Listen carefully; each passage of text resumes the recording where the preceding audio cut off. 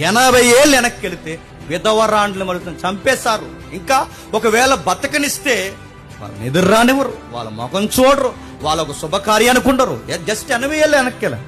పోనీ 80 ఏళ్ళు ముందుకు వచ్చి ఇక్కడ నిలబడ్డారు. ఇప్పటికీ విధవరాండ్లని శుభకార్యాలకి పిలుస్తారా? ఆవిడ ఎందుకులేండి, ఆవిడ వస్తే నచ్చదు, ఆవిడ ఎక్కువ ఇన్వాల్వ్ అయితే ఇష్టపడరు. ఎందుకంటే ఆ భర్త లేని స్త్రీ శుభకార్యాలకి రావడానికి ఇష్టపడరు.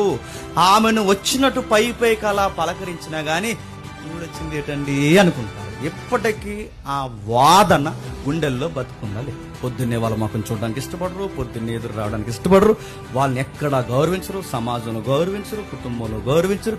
ఒక్క మాటలో చెప్పాలంటే ఈ పదం అంటున్నాను, వాళ్ళు లెక్కల్లో లేని మనుషులు. కామెడీ కనుకోవాలంటే ఆటలు అంటుపండు అలా.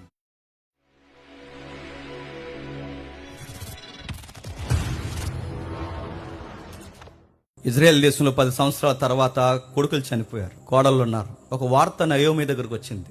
నయోమి, నీకు విషయం చెప్పాలి. మళ్ళీ మీ దేవుడు దేశాన్ని కరుణించి దేశంలో సమృద్ధిని దయచేస్తున్నాడు. మళ్ళీ ఆహారం బెత్లెహేములో దొరుకుతుంది. ఇది గుడ్ న్యూస్. మళ్ళీ దేశంలో ఆహారం దొరుకుతుందన్న వార్త ఎప్పుడైతే వచ్చిందో నయోమి నిర్ణయం మార్చుకుంది. ఏమని? ఇక చావో రేవో పోయి ఇక సొంత వాగ్దానం దేశంలోనే చనిపోవాలి, ఇక నా చివరి శ్వాస దేవుని భూభాగంలోనే చనిపోవాలని నిర్ణయించు. ప్రయాణానికి బయలుదేరి కోడళ్ళిద్దరు అక్కడ ఉన్నారు. ఇద్దరికి ఒక మాట సజెషన్ ఇచ్చింది. అమ్మ, మీకు విషయం చెప్పాలి, నేను వయసు అయిపోయిందాన్ని, అక్కడెక్కడ తిరిగి ఏదో గుప్పుడు మెతుకులు తినేసే జీవితాన్ని మమ అనిపిస్తానంది. జీవితం ఏదో అయిపోతుంది, ముక్కు మూసుకుంటే జీవితం అయిపోతుంది. ఇప్పుడు నాతో ఉండి, వయసు అయిపోయింది నాతో ఉండి, వయసున్న మీరు మీ మానసిక శారీరకమైన కోరికలు మీరు చంపేయడం సబబు కాదు. తల్లిగా మీకన్నా ఒక పెద్ద వ్యక్తిగా నేను చెప్తున్నాను, మీకు ఇంకా వయసు ఉంది, మంచి అబ్బాయిలు దొరుకుతారు, మీరు వెళ్ళి పెళ్లి చేసుకోండి. చాలామంది వార్పాన్ని తిడతారు, వార్పాన్ని తిట్టకండి. వార్పా ప్లేస్లో నువ్వున్నా చెప్పండి, నేనున్నా ఖచ్చితంగా అదే నిర్ణయం తీసుకుంటాం. సామాజిక నిర్ణయం ఆవిడ తీసుకుంది. ఆలోచించింది, అత్తయ్య గారితో వెళితే నిజమే ఏముంటుంది, ఆమెకు వయసు అయిపోయింది. అత్తయ్య గారితో ఉంటే ఏముంది, నిజమే తనకు లైఫ్ లేదు, మాకు లైఫ్ ఉంది. అత్తయ్య అంటుందిగా వెళ్ళిపోమని. గుండె ఏం చేస్తాం, అత్తయ్య గారు చెప్పినట్టు మళ్ళీ మా నాన్నగారు వాళ్ళ దగ్గరికి పోతే ఏదో ఒక సంబంధాన్ని ఎదుగుతారు, పెళ్లి చేస్తారు, లైఫ్ ఏదో ఇంకా గడపాలి అని తన నిర్ణయం తీసుకుని వెళ్ళిపోయే ప్రయత్నం చేసింది. వెళ్ళిపోయింది. మరో అమ్మాయి ఉంది అక్కడ. నువ్వు వెళ్ళవే అని అడిగింది. నేను వెళ్ళలేను అత్తయ్య అంతే.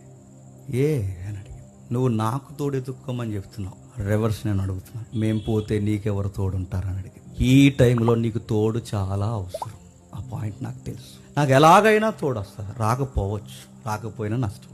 కానీ తల్లి లాంటి దాన్ని నిన్ను వదిలేసి నేను ఎక్కడికి పోను. నా లైఫ్ నేను ఎత్తుక్కుని నేను పోతే రేపొద్దున, అది వాళ్ళ డిస్కషన్ జరుగుతుంది, నా లైఫ్ నేను ఎత్తుక్కుని రేపొద్దున పోతే అత్త నీకెవరు ఉంటారు? నువ్వు తిన్నావా ఉన్నావా అని అడిగే వాళ్ళు ఎవరు ఉంటారు? 10 ఏళ్ళు కలిసి బతుకాం, 10 ఏళ్ళు కలిసి నవ్వాం, 10 ఏళ్ళు కలిసి ఏడ్చాం. అందరూ కుటుంబంలో పురుషులు చనిపోతే అందరూ కలిసే ఏడ్చాం. చావో రేవో ఇలా జరిగేది ఉంటే అలా ఉంటుంది. నేను వెళ్ళలేను కాక వెళ్ళలేను అంతే. ఆమె మాటలకు అత్త ఫిదా అయిపోయింది. సరిగ్గా ఆ టైంలో ఒక మాట అంది, నేను వచ్చేస్తాను అత్త, నువ్వెన్నంటే చెప్పు, నువ్వెన్ని మాటలు అంటాను, ఒక మాట అయితే చెప్తున్నాను, నేను ఖచ్చితంగా నీతో వస్తా.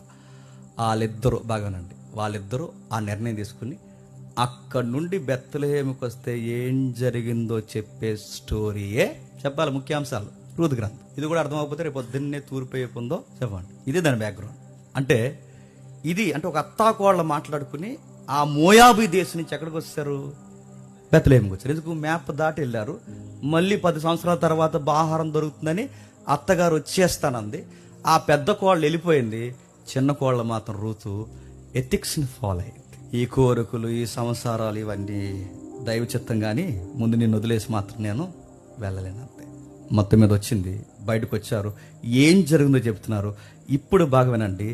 ఇలాంటి 2 ఎదవరాండ్లు పరిస్థితి ఏ విధంగా నడిచింది, క్షమించండి, నడిపించాడు దేవుడు అన్నదే రూతు గ్రంథం. 2 భర్త లేని స్త్రీల ఎడల దేవుడు వ్యవహరించిన శైలి చాలా బ్యూటిఫుల్గా ఉంటుందండి. ఆ గ్రంథాన్ని చదువుతుంటే అదే దేవుడు ఏళ్ళను కూడా ఫోకస్ చేస్తాడా. మీరు బైబిల్ చదువుతుంటే మీరు ఉదయం కూడా వినండి, నేను రామేశ్వరంపేటలో చెప్పింది కానీ మీరు ఉదయం నుంచి ఇప్పటి వరకు చెప్తుంది ఇదంతా ఒకే ప్యాటర్న్లో మీరు వినండి. వీలైతే మీరు దేవుడు ఎలాంటి వారిని కోరుకుంటారంటే, ఐటీ సెక్టార్లో ఉన్న వాళ్ళని చెప్పండి, సాఫ్ట్వేర్ ఎంప్లాయీలని చెప్పండి, ఈ టిక్ తిరిగే టిక్ టాక్ బ్యాచ్ని కాదు కోరుకునేది. ఆయన ఎడల బాగా వినాలి, ఆయన ఎడల నమ్మకంగా ఎదురు చూసి జీవితంలో యాచారిపోయి ఓడిపోయిన వాళ్ళు ఉంటారు చూసారా, వాళ్ళు ఇప్పుడు చాలా స్ట్రైట్గా చూస్తారు. నయోమి వచ్చింది, ఏమైంది? పేద విధవరాలు, పేదోళ్ళు. ఇప్పుడు ఆ పేద విధవరాలకి మళ్ళీ పేద విధవరాల్లో పేద కోళ్ళు. ఆవిడెవరు? రూతమ్మ. వీళ్ళిద్దరూ ఈ దేశానికి వచ్చారు. ఏం జరుగుతుంది ఒకసారి మీరు ఆలోచించండి. విధవరాండ్ల పరిస్థితి సొసైటీలో ఎలా ఉంటుంది? ఉదాహరణకి 80 ఏళ్ళు సుమారు, ఇప్పుడు మన ఎన్నో స్వతంత్రం జరుగుతుందండి, సుమారు రౌండ్ ఫిగర్ 80 సంవత్సరాలు చూసుకోండి. 80 సంవత్సరాలు అంటే స్వతంత్రం, రాజ్యాంగ ధృవీకరణ జరగడానికి ముందు 80 ఏళ్ళు వెనక్కి వెళితే విధవరాండ్ల పరిస్థితి మన దేశంలో ఏంటి చెప్పండి? ఏంటి మన దేశంలో విధవరాండ్ల పరిస్థితి?